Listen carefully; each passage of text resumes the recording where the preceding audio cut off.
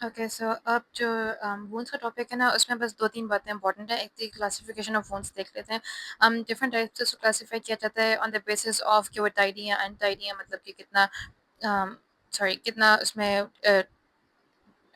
कितना उसमें कंटामिनेशन है और कितनी नहीं है, ठीक है? और कि वो ओपन है, क्लोज़्ड है। क्लोज़्ड वुंड्स का मतलब है कि इसमें कोई स्किन ब्रेक नहीं है, और ओपन वुंड्स का मतलब है जैसे कि गनशॉट वुंड्स वगैरह, ठीक है? तो अब हमारे पास आके इसके अलावा कॉजेज़ के टाइम पे आ जाता है। कॉजेज़ में हमारे पास ट्रॉमेटिक कॉज़ हो सकती है, हाइड्रोजेनिक कॉज़ यानी कि जिसको सर्जिकल कहते हैं, और बर्न्स हो सकती हैं।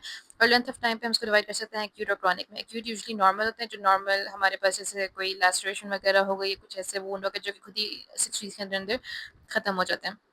हील हो जाते हैं। पर क्रॉनिक वुंड्स होते हैं जो 6 वीक से ज़्यादा होते हैं, और इनके अंडरलाइन कोई पैथोलॉजी होती है, ठीक है? जैसे हमारे पास कोई डायबिटीज़ हो सकता है, या फिर हमारे पास कोई वैस्कुलर डिफ़ॉर्मिटी हो सकती है, ठीक है?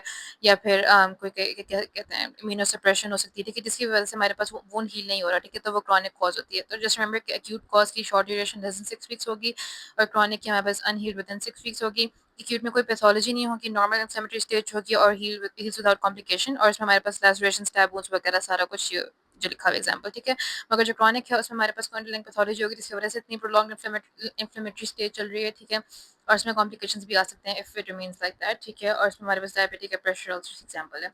अब हमारे पास मोड ऑफ इंजरी आ जाती है। एब्रेशन का मतलब है कि सिर्फ हमारे पास स्किन डैमेज हुई है और कोई नीचे वाला अंडरलाइंग टिश्यू डैमेज नहीं हुआ, ठीक है? ब्रूज, कंट्यूजन और हीमाटोमा से याद रखना कोई वैस्कुलर इंसल्ट हुआ है, जिसकी वजह से हमारे पास अंडरलाइंग वेसल बर्स्ट हुई है, तो उसकी वजह से हमारे पास ये तो स्किन पे मैनिफेस्टेशन आ सकती हैं, ठीक है? जैसे ब्रूसेस की आ सकती है, कंफ्यूजन की, और हीमाटोमा अगर हमारे पास कोई आर्टरी वगैरह, कोई बेसिकली स्मॉल वेसल अगर रप्चर हुई है। अल्सरेशन का याद रखना कि हमारे पास कोई एपिथेलियल लाइनिंग में अगर डिफेक्ट आना शुरू हो गया, और अगर हमारे पास लैसरेशन है, तो वो याद रखना कि हमारे पास बेसिकली उसकी ब्लंट एजेस होंगे, ठीक है? तो इंसिजन लैसरेशन में डिफरेंस याद रखना कि इंसिजन में हमारे पास शार्प एजेस होते हैं, वेल डिफाइंड एजेस होते हैं, ठीक है? और यूजुअली किसी शार्प ऑब्जेक्ट के थ्रू बनी होती है, जो कि लैसरेशन जो है वो किसी ब्लंट ऑब्जेक्ट के थ्रू बनी होती है। और इसमें हमारे पास वो होते हैं, क्या कहते हैं, जो इरेगुलर, कंफ्यूज, क्रश्ड एजेस होते हैं, ठीक है? इंसिजन करने बात के लिए, इंसिजन की जो डायमेंशन है वो बेसिकली उसकी लेंथ के ऊपर डिपेंड करती है, जबकि पंक्चर वुंड्स जो हैं ऑब्वियसली दे आर पंक्चरिंग, तो उनकी हमारे पास डेप्थ के ऊपर डिपेंड करती है उनकी डायमेंशन जो है, ठीक है? और जो हमारे पास अगर किसी कैविटी को वो कर रहे हैं तो परफोरेशन होगी, सॉरी पेनिट्रेशन होगी, और अगर किसी विसरा को करें जैसे लिवर वगैरह को जाके परफोरेट करें तो परफोरेशन होगी, ठीक है?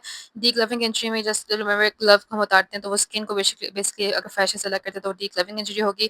क्रश इंजरी का याद रखना कि हमारे पास कोई भी ऐसे हैवी ऑब्जेक्ट जो कि स्किन पे बेसिकली अगर ना भी स्किन ना भी ओपन हो, अंदर से अगर कोई जो बोन वगैरह है या मसल वगैरह है, अगर वो क्रश हो जाए तो वो क्रश इंजरी होता है, ठीक है? तो इसमें याद रखना कि हमारे पास सबसे इंपॉर्टेंट एसोसिएशन इसका कंपार्टमेंट सिंड्रोम के साथ है, ठीक है? क्योंकि अगर हमारे पास कुछ जगह होती हैं बॉडी में, जैसे हमारे पास अपर लिम्स और लोअर लिम्स हैं, ठीक है? तो हमारे पास thigh, leg, arm, why is it not arm, forearm, ठीक है? ये जो जगह है ना, यहाँ पर हमारे पास, और फुट और हैंड भी, ठीक है? ये सारी जो है ना, इसमें हमारे पास क्लोज कंपार्टमेंट होता है बेसिकली। इसमें हमारे पास सारे मसल्स हैं वो एक फैशिया के अंदर सराउंडेड होते हैं।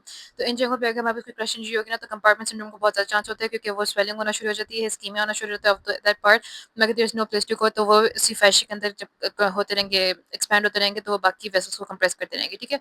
तो कंपार्टमेंट सिंड्रोम की एक और बात याद रखनी है कि हमारे पास it has to be within a period of time कि हम शॉर्ट में कर सकें, विच बेसिकली हम लॉन्गिट्यूडिनल एक वो जो है, क्या कहते हैं, एक इंसिजन देके हम उसको वहाँ से बेसिकली फेशिया को खोलते हैं ताकि वहाँ से वो ड्रेन हो जाए, ठीक है? मगर अगर हमारे पास कोई आई थिंक 6 आवर्स की शायद विंडो होती है, आई हैव टू चेक की बात, मगर अगर काफ़ी लंबी देर बाद पेशेंट आ रहा है आपके पास after the crush injury, and if you suspecting कि हमारे पास नीचे अंडरलाइंग मसल्स वगैरह हैं, उनकी इस्कीमिया हो चुका है, निक्रोसिस हो चुका है, तो फिर फेस शॉर्ट तब नहीं करते। क्यों नहीं करते? क्योंकि हमारे पास एक टाइम के बाद ये होता है कि जब मसल्स डेड होना शुरू हो जाए ना, तो वो मायोग्लोबिन रिलीज करना शुरू कर देते हैं। वो जब मायोग्लोबिन रिलीज करते हैं ना, तो वो हमारे पास सर्कुलेशन में चला जाए, अगर हमने यहाँ पे फेस शॉर्ट में कर दी ना, तो वो हमारे पास सर्कुलेशन में चला जाएगा। जब हमारे पास सर्कुलेशन में चला जाएगा ना, बेसिकली हम रिपरफ्यूजन कर रहे होते हैं ना, think of it this way कि जब तक हमारे पास वहाँ पे क्रश इंजरी है तो वहाँ कोई ब्लड नहीं जा रहा, ठीक है? क्योंकि वहाँ पे इतनी ज़्यादा वहाँ पर वो है कंप्रेशन हुई नहीं जा रहा। जैसे ही हमने यहाँ पर एक होल बनाया, यहाँ पर हमने रिलीफ किया प्रेशर, तो ब्लड दोबारा जाना शुरू हो गया, ठीक है? ब्लड जा भी रहा है, ब्लड आ भी रहा है, ड्रेन भी कर रहा है और जा भी रहा है, ठीक है? जो ब्लड वहाँ से वेन से आ रहा होगा ना, ड्रेन होके, उसमें हमारे पास मायोग्लोबिन आ जाएगा, ठीक है? मतलब ये परफ्यूजन इंजरी में बहुत सी चीज़ें और भी होती है, मगर मायोग्लोबिन को ध्यान में रखना कि जो मसल्स वहाँ डैमेज हुए, वहाँ से मायोग्लोबिन वेन्स के थ्रू जा रहा होगा, और बेसिकली वो हमारे पास जब यहाँ से सारा ड्रेन होके हार्ट से थ्रू किडनी में जाएगा ना, तो किडनी में हमारे पास ये डैमेज करेगा, क्योंकि किडनी में हमारे पास जब मायोग्लोबिन जाता है ना एफरेंट आर्टेरियोल्स में, तो वहाँ पर जाके ये वो करवा देता है एक्यूट रीनल फेलियर, ठीक है?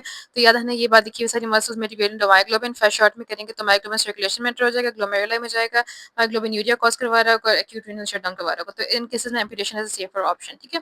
आई थिंक मैंने एक और वीडियो में मेंशन किया हुआ है कि कितनी देर बाद हम कंपार्टमेंट सिंड्रोम में नहीं करते, फेस शॉट भी नहीं करते, ठीक है? अब हमारे पास सबसे इंपॉर्टेंट क्लासिफिकेशन है ना वो उसकी, वो है बेस्ड ऑन कि कितनी कंटेमिनेशन है। तो वो हमारे पास टाइप 1 2 3 4 से याद रख लो, या क्लीन क्लीन कंटेमिनेटेड और डर्टी से याद रख लो, ठीक है? This is the only classification that matters, क्योंकि इसी के बारे में ज़्यादा सवाल आते हैं, ठीक है? अब इसको याद करने का तरीका बहुत सिंपल, चैटजीपीटी ने बताया था कि ये है कि क्लीन में याद रखना कि हमारे पास क्लीन और कंटेमिनेटेड में ज़्यादा डिफरेंस नहीं है, दोनों में याद रखना कि हमारे पास इन्फ्लेमेशन कोई नहीं हो रही होती, ठीक है? नो इन्फ्लेमेशन हैपनिंग, ठीक है? तो इन्फ्लेमेशन नहीं हो रही, कंटामिनेटेड और डर्टी में देखने की इन्फ्लेमेशन हो रही है, मगर दोनों में भी क्या डिफरेंस है वो हम देख लेते हैं, ठीक है? तो जो क्लीन है ना, जिसमें हमारे पास ऑब्वियसली कोई इन्फ्लेमेशन नहीं हो रही, एज नेम सजेस्ट, तो उसमें याद रखना कि हमारे पास अगर सिर्फ खाली क्लीन है तो वो हमारे पास कोई सुपरफिशियल बेसिकली या तो स्ट्रक्चर हो सकता है जैसे कि स्किन, ठीक है? सिर्फ स्किन तक हम निकाल रहे हैं, या फिर अगर हम किसी और ऑर्गन को जैसे थायराइड वगैरह को भी निकाल रहे हैं, तो वो ऐसे ऑर्गन्स हैं जिसमें हमारे पास हम ना तो रेस्पिरेटरी, ना एलिमेंट्री, ना जेनिटल, ना यूरिनरी ट्रैक्ट के अंदर एंट्री कर रहे हैं, ठीक है? रिमेंबर हमारे पास अगर थायराइड हो गया, थायराइडेक्टमी कर रहे हैं, मैस्टेक्टमी कर रहे हैं, ब्रेस्ट का टिश्यू निकाल रहे हैं, ठीक है? हम हर्नियोरेपी कर रहे हैं, मतलब हर्निया रिपेयर कर रहे हैं, उसमें भी हम एलिमेंट्री ट्रैक्ट के अंदर नहीं जा रहे होते हैं, हम सुपरफिशियली पैराइटल जो लेयर है उससे ऊपर ऊपर सारा काम कर रहे होते हैं, हमने पैराइटल लेयर को पंक्चर नहीं करते उसमें भी, ठीक है? तो ये सारे इलेक्टिव सर्जिकल इंसिजन्स जो हो गए, जो हमारे पास इलेक्टिव सर्जरीज हो गई, या फिर वैसी भी अगर कोई इन्फ्लेमेशन नहीं है और हमने कोई वैसी सर्जरी करनी है सुपरफिशियल स्ट्रक्चर की, या कोई ऐसी स्ट्रक्चर की इसमें इन ट्रैक्ट्स में एंटर नहीं हो रहे, तो वो हमारे पास क्लीन वुंड होगा, ठीक है? और क्लीन वुंड का रिस्क ऑफ इन्फेक्शन सबसे कम होता है। फिर आ जाता है कि जैसे जैसे नीचे जाते जाएंगे टाइप 4 तक, हमारे पास रिस्क ऑफ इन्फेक्शन इंक्रीज होता जाएगा, वैसे हमारे पास कम होगा। फिर क्लीन कंटामिनेटेड में हमारे पास बेसिकली कोई भी हम इसमें एलिमेंट्री ट्रैक में, रेस्पिरेटरी ट्रैक में, जेनिटल ट्रैक में हम एंटर होते हैं, मगर अंडर कंट्रोल कंडीशन। इसका मतलब क्या है कि कोई उसमें इन्फ्लेमेशन नहीं हुई, हम कोई एक्यूट कोलिसिस्टाइटिस की सेटिंग में कोलिसिस्टेक्टमी नहीं कर रहे हैं, हम इसको कर रहे हैं इलेक्टिव कोलिसिस्टेक्टमी कर रहे हैं, या फिर बाद में कर रहे हैं, कोई हमारे पास इन्फ्लेमेशन का कोई इन्फेक्शन का भी रिस्क नहीं है, कोई अभी कोई ऑर्गन उसकी इन्फ्लेमेशन नहीं हुई है, हम अपेंडिसाइटिस में अपेंडेक्टमी नहीं कर रहे, ठीक है? तो ये जो सारे हो गए क्लीन कंटामिनेटेड में आ जाएंगे, और ये हमारे पास अगेन वही आ जाएंगे अगर हम एनोरेक्टल का या बाउल का भी कोई कर रहे हैं, सर्जरी कर रहे हैं, तो उसमें भी हम वो कर रहे हैं कि इसमें इतना वो केयरफुली करें कि हमारे पास कोई परफोरेशन नहीं हो रही बाउल वगैरह की, या हमारे पास वो जो हम बाउल की सर्जरी कर रहे हैं उसमें बाउल कंटेंट्स किसी पेरिटोनियल कैविटी में या कहीं और जाके स्पिल नहीं हो रहे, ठीक है?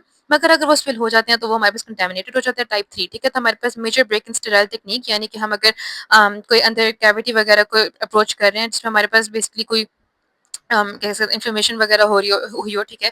या फिर हमारे पास ग्रोथ पिलेज हो रही है जीआई ट्रैक्ट से, तो हम, और अगर हमारे पास traumatic wounds less than 4 hours, ठीक है? ये भी याद रखना कि हमारे पास कंटामिनेटेड में लेस देन 4 आवर्स होंगे, मगर डर्टी इन्फेक्टेड में हमारे पास ग्रेटर देन 4 आवर्स हो चुके होंगे, जिसमें हमारे पास उसके वुंड के अराउंड सारा डर्ट होगा, बेसिकली सारा वो होगा, क्या कहते हैं, अनवायबल टिश्यू होगा, और सारा पस वगैरह होगा, तो उसको डर्टी वुंड्स कह देंगे, क्योंकि वो हमारे पास ग्रेटर देन 4 आवर्स या ओल्ड ट्रॉमेटिक वुंड्स हैं, ठीक है?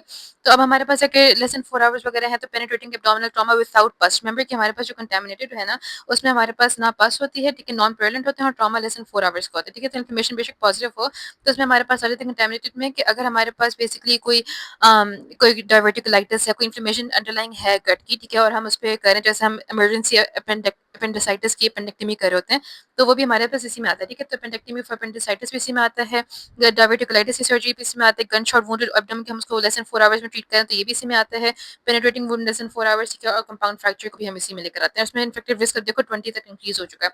मगर डर्टी में हमारे पास infective risk about 40% which is the highest, ठीक है? और इसमें ये होता है कि हमारे पास कोई पस, इसमें हमारे पास पस भी है, डिब्री भी है, और परफोरेटेड विस्टा भी। दिस इज वेरी इंपॉर्टेंट कि हमारे पास परफोरेशन हो चुकी है विस्टा की, ठीक है? क्लीन कंटामिनेटेड में क्या था कि हमारे पास जो भी हम गट का कर रहे थे काम, उसमें हमारे पास ना परफोरेशन थी, ना हमारे पास कोई स्पिलेज थी, ठीक है? टाइप 3 में हमारे पास स्पिलेज थी, और टाइप 4 में हमारे पास परफोरेशन भी हो गई है, ठीक है? तो हमारे पास परफोरेटेड बाउल हो गया, वुंड डिब्रीडमेंट किसी पुराने वुंड की, या incision and drainage of abscess, तो ये भी उसी में आ जाता है, ठीक है?